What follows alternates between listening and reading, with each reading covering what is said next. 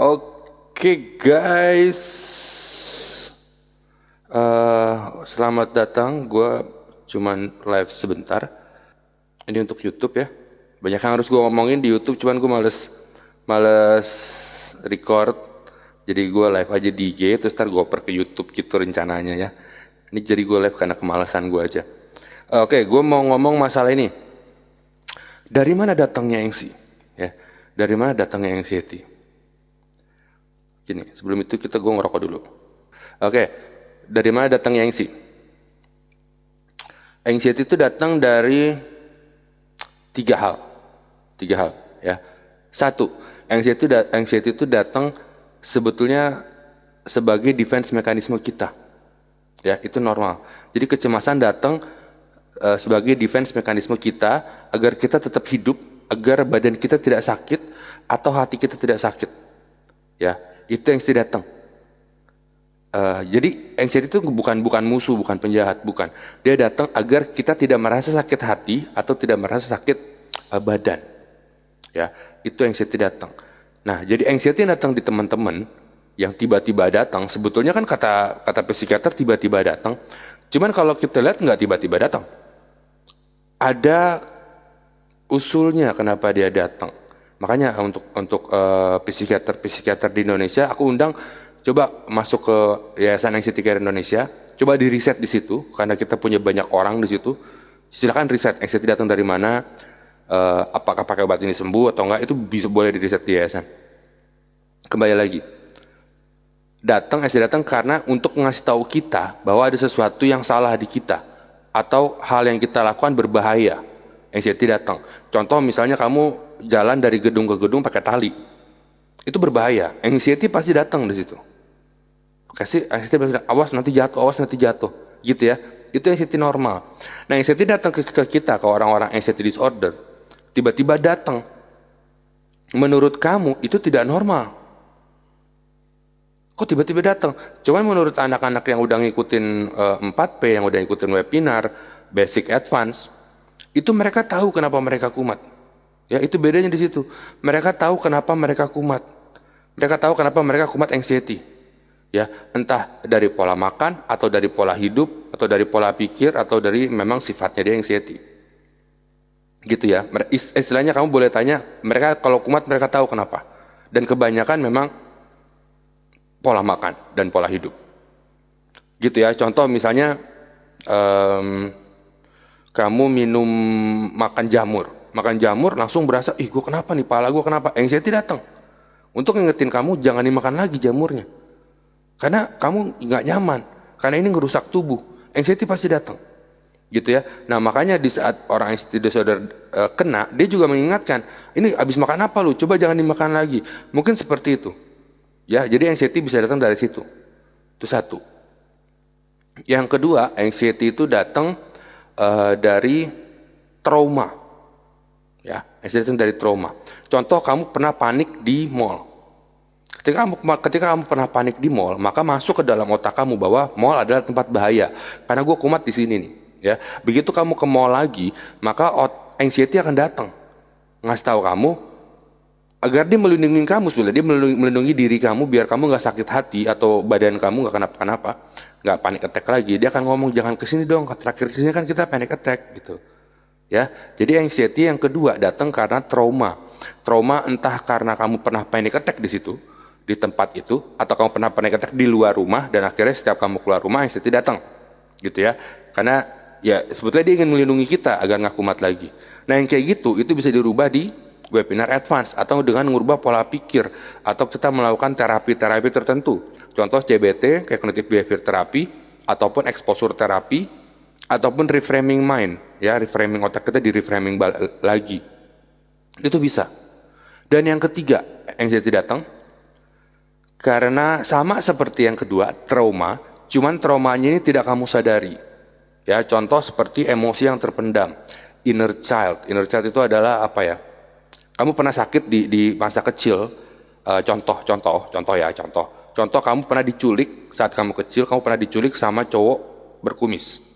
Atau sama cowok yang kayak gini nih, sama cowok jenggotan, ya. Anggap aja kamu pernah diculik sama cowok jenggotan.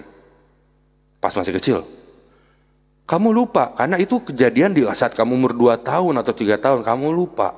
Oke? Dan kamu jalan normal, dan ketika anxiety disorder kamu naik, ya, kamu ngelihat cowok brewokan kayak begini, kamu kumat. Ngerti nggak? Padahal itu adalah emosi kamu di masa kecil. Karena kamu pernah diculik sama orang brewokan seperti ini.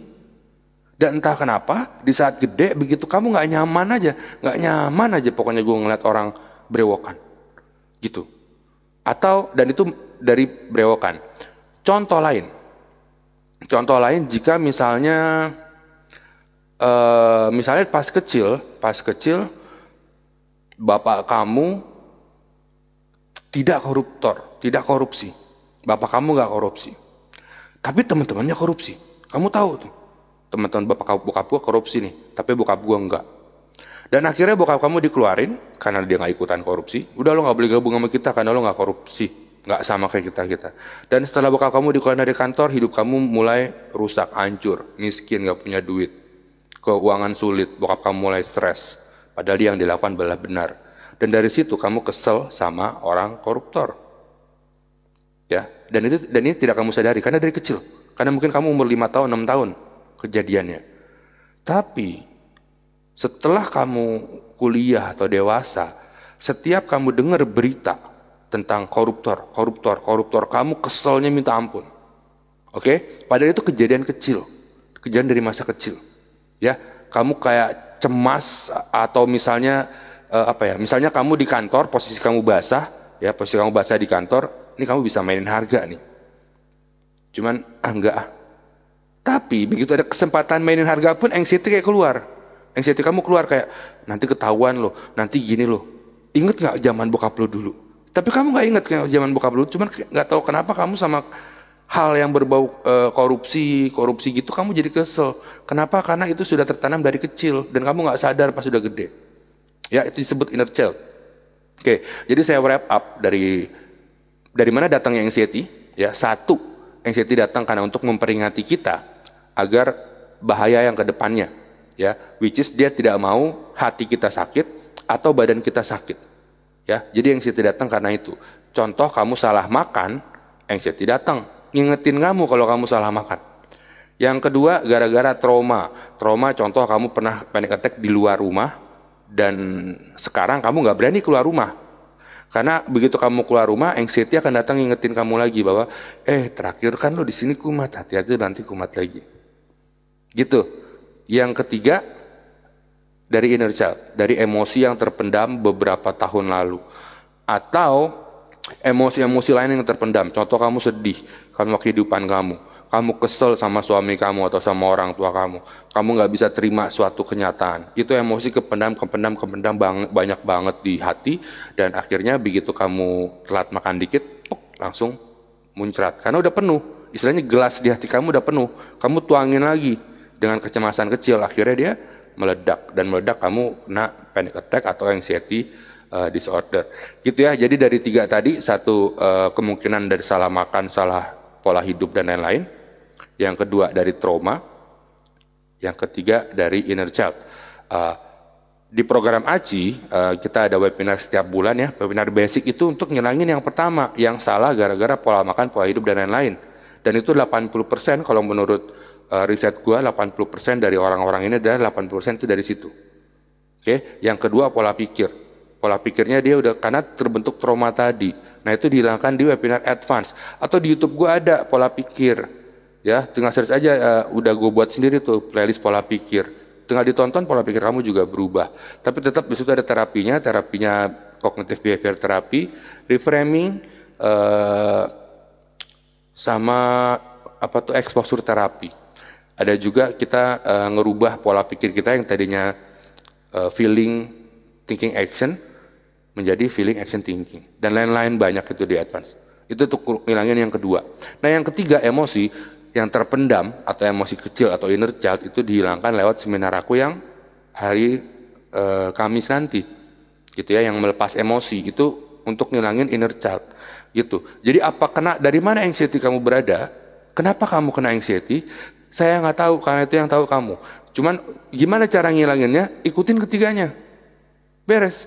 ya, karena siapa tahu dari pola makan udah bener nih, oh siapa tahu dari pola pikir udah bener, oh siapa tahu memang ada trauma, ya, karena trauma itu yang ketiga itu ya tadi ya, dari inner child dan trauma itu biasanya dia ngelok, ngunci, begitu dia ngunci udah gitu. Selama emosi itu nggak dibuang, nggak dilepas, kamu akan berpegangan sama emosi tersebut, ya. Dan kalau aku ngomong emosi itu udah alam bawah sadar intinya gitu ya.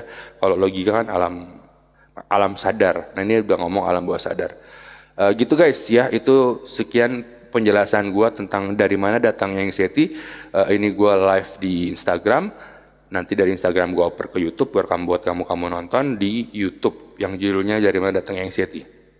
Gitu guys ya, gue dengan Eric Bos. Terima kasih jika video ini berguna buat kamu. Silahkan subscribe, like, dan share video ini kemana-mana. Kalau nggak suka itu ada tombol dislike, dipencet aja. Ya silakan nanya menurut kamu gimana, atau aku ada yang kurang atau enggak di kolom komen di bawah. Begitu video YouTube gue hanya mengenai soal anxiety dan GERD aja. Jadi kalau mau sembuh silakan ditonton, kalau enggak juga nggak apa-apa, kenal juga enggak. Gitu guys ya, dengan Eric Bos, stay cool. Oke guys, sekarang itu udah kelar buat YouTube. Sekarang gue nanya perjawaban ya. Apakah Om Erik mau bikin buku lagi soal pola sifat untuk penyembuhan anxiety? Pola sifat untuk penyembuhan anxiety udah ada di buku gue yang biru, yang hijau. Buku yang hijau. Ya, udah ada di situ. Om Erik dari serangkaian pola yang Om Erik ajarin, kenapa pola sifat sulit sekali dirubah? Jika pola sifat gampang dirubah, saya nggak akan bikin YouTube sampai 120 video. Saya nggak akan bikin Yayasan Anxiety Care Indonesia. Tujuan bikin Yayasan Anxiety Care Indonesia adalah kita menyatukan orang-orang anxiety ke dalam satu grup, ke dalam satu yayasan, bukan untuk saling mengeluh karena mereka udah pada sembuh, tapi untuk menggodok sifat mereka agar sifat anxiety-nya hilang. Nah, itu tujuan bikin grup Yayasan Anxiety Care Indonesia.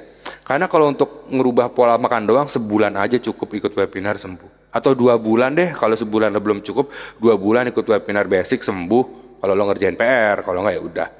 Untuk advance juga gitu, ngerubah pola pikir memang agak lama, mungkin sebulan 2 bulan mereka bisa. Atau jika mereka ngerjain PR-nya lama, 3 bulan deh bisa. Jadi buat apa gue bikin grup yayasan? Untuk ngerubah sifat, karena ngerubah sifat itu lamanya minta ampun. Ya, lama, tergantung kamu, kesadaran kamu. Gitu. Makanya jangan pernah kamu, gue nggak suka sama cewek gue. Kamu kalau atau cewek ya, biasanya cewek tuh yang ngomong, kamu gimana sih jadi cowok, sifatnya berubah dikit tuh, tanggung jawab dikit tuh, ya. Biasanya seseorang ya gitu, seseorang dia ingin merubah sifat orang lain yang orang yang dia cintai. Padahal dia nggak tahu, dia ngerubah sifat sendiri aja susahnya minta ampun. Tapi nyuruh orang lain berubah, gitu ya, lucu. Ya begitulah.